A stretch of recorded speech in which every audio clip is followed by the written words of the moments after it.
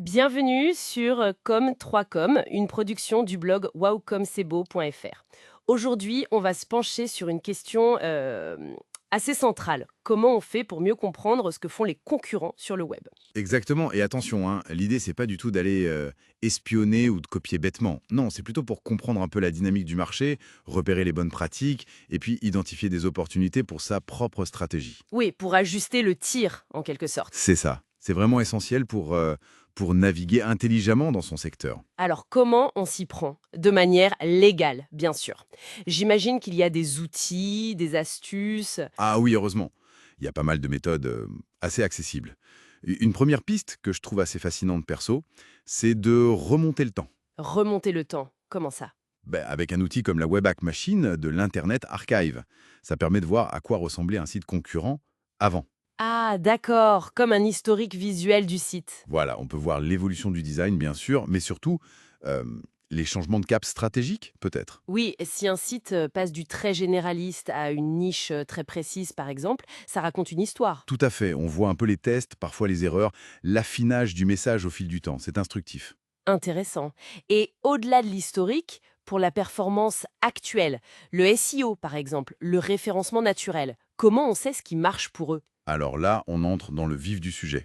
Le SEO, c'est crucial. Il existe des plateformes comme SEMrush qui sont très très fortes pour ça. SEMrush, oui, j'en ai entendu parler. Qu'est-ce que ça permet de voir exactement? Mais ça décortique pas mal de choses, hein. Quels mots-clés leur apportent du trafic, quels sites leur font des liens, les fameux backlinks, qui sont un peu comme des votes de confiance. D'accord. Et aussi, quelles sont leurs pages les plus populaires, celles qui attirent le plus de monde. Ah oui, donc ça, c'est précieux. Si on découvre qu'un concurrent cartonne sur des mots-clés auxquels on n'avait pas pensé. Exactement, ça ouvre des pistes pour son propre contenu.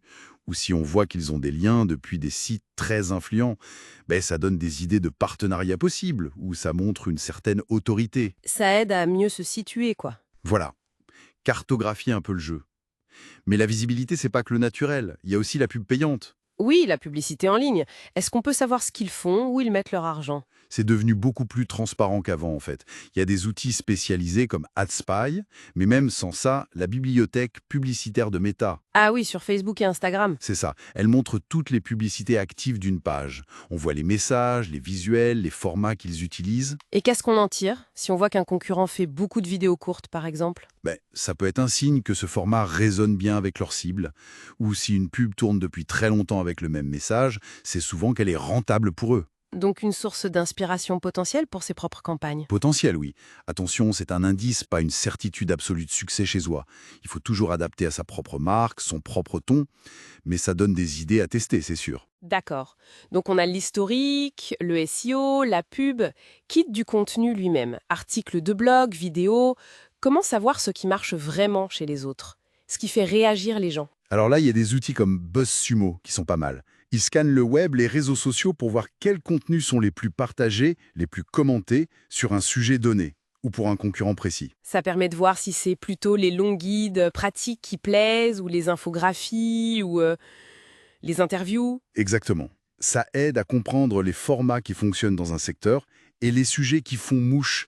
Si un article concurrent sur un thème précis devient viral, il faut analyser pourquoi. C'était l'angle, le format, le ton. Comprendre la recette du succès, en quelque Et sorte. c'est un peu ça, comprendre ce qui plaît à l'audience cible. Et j'imagine qu'il ne faut pas oublier une source d'infos hyper directe. Ah bah oui, fondamental même. Écouter les clients, les leurs, et les nôtres aussi d'ailleurs. Les avis en ligne, c'est ça? Oui, lire les avis sur Google, Trustpilot, ce genre de plateforme.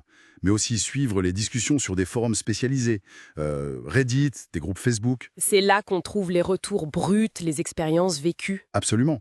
On découvre ce que les gens aiment vraiment, mais surtout ce qui les frustre, ce qu'ils détestent, les points faibles des concurrents. Et donc, potentiellement, des opportunités pour nous. C'est une mine d'or. Les besoins pas comblés, les critiques sur le service client, ça c'est souvent bien plus parlant qu'une analyse de mots-clés pour trouver comment se différencier. Ok, donc si on résume, historique du site, analyse SEO, veille publicitaire, étude des contenus populaires et puis l'écoute des retours clients, ça commence à faire une bonne boîte à outils pour observer. Oui, ça donne une vision assez complète en croisant toutes ces sources. Mais j'insiste vraiment là-dessus, le but ce n'est jamais, jamais de copier. Oui, c'est le piège. Voilà. L'objectif c'est de comprendre, de s'inspirer et puis de réinterpréter tout ça avec sa propre patte, ses propres valeurs, pour créer quelque chose d'unique, toujours dans le respect de l'éthique. Analyser, puis créer sa propre valeur ajoutée. C'est exactement ça. Une question peut-être à garder en tête pour conclure. Au-delà de ce que font les concurrents, quelle est la valeur vraiment unique, la touche spéciale que notre propre projet apporte? Voilà une excellente question. Rendez-vous au prochain épisode.